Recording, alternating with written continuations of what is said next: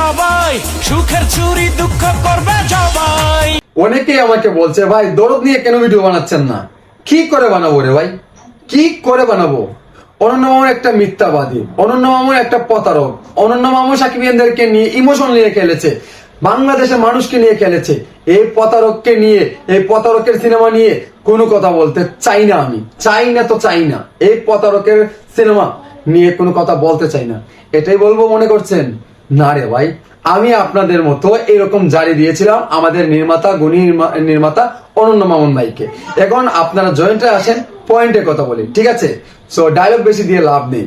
কথা হচ্ছে ভাই, এই নির্মাতা অনন্য মামুন ভাইয়ের জন্য আমাদের শাকিব খান বলিউডের যাত্রা শুরু করেছে, সেটা আপনারা ধন্যবাদ দেন অনন্য মামুন ভাইকে। এমনকি শাহরুখ সালমান খানের নায়িকা সোনাল জোহানের সাথে কাজ করছে আমাদের শাকিব খান, এটা কি অনন্য মামুনের পাওয়া না? এটার জন্য কি আপনারা ওনাকে সেলুট দিতে পারেন না? কেন আপনারা বকাবকি করবেন? আরে ভাই, একটি সিনেমা বানিয়েছে, উনি বানিয়েছে কি উনি জমা সন্দুকে রাখার জন্য? উনি তো চাচ্ছে আমার সিনেমাটি রিলিজ হোক, আমি ব্যবসা করি, কারণ সিনেমা তো বানানো হয় ব্যবসার জন্য, বিনোদন এন্টারটেনমেন্ট বিষয়ের জন্য। এখন যদি নির্মাতা অনন্য মামুন ভাই 1-1.5 বছর হয়ে গেছে ভিডিওটি বা সিনেমাটি বানিয়েছে, এখন যদি রিলিজ না দেয়, ক্ষতিটা কার হচ্ছে আপনারা বলেন আমাকে? এই যে তার টাকাটা, এত টাকা তার ইনভেস্ট করেছে, এই টাকাটা কি তার উঠে আসতে হবে না? এটা মাথা ব্যথাটা কার? অনন্য মামুনের না আমরা সাকিবিয়ানদের? আমাদের না, এটা হচ্ছে মাথা ব্যথাটা আমাদের নির্মাতা অনন্য মামুন ভাইয়ের। এই জিনিসটা আপনারা, এই ক্ষুদ্র জ্ঞানে কি আপনাদের ধরে না? এই নির্মাতাকে আপনারা এত প্রেসার দিচ্ছেন কেন? এখন আমি আপনাদেরকে আজকে সম্পূর্ণ ডিটেলস বলে আজকের জন্য মন্তব্য করব। অনন্য মামুন ভাইকে রিকোয়েস্ট করে বলবো আপনারা কেউ যাতে ব্যাড মন্তব্য না করেন।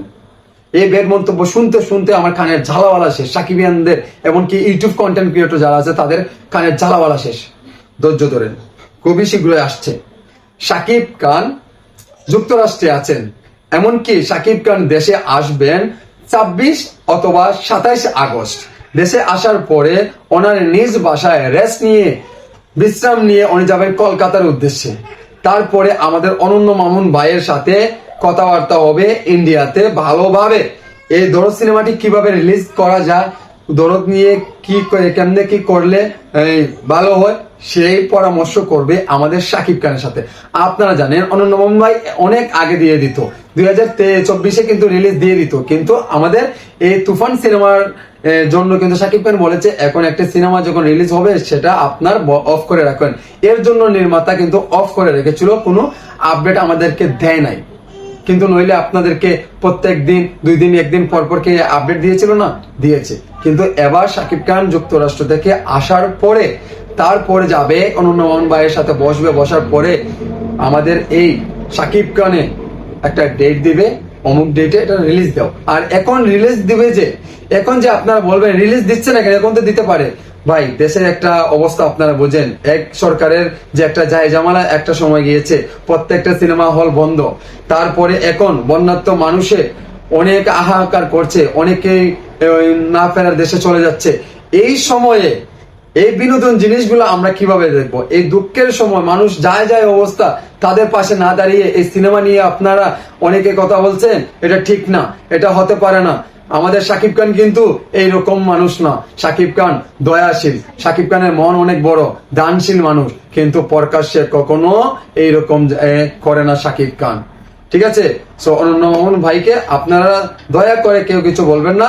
খুবই শীঘ্রই আসছে আমাদের দরদের আপডেট, দেখা যাক শাকিব খান দেশে আসলে কি হয়। ভালো থাকেন, সুস্থ থাকেন, আল্লাহ হাফেজ।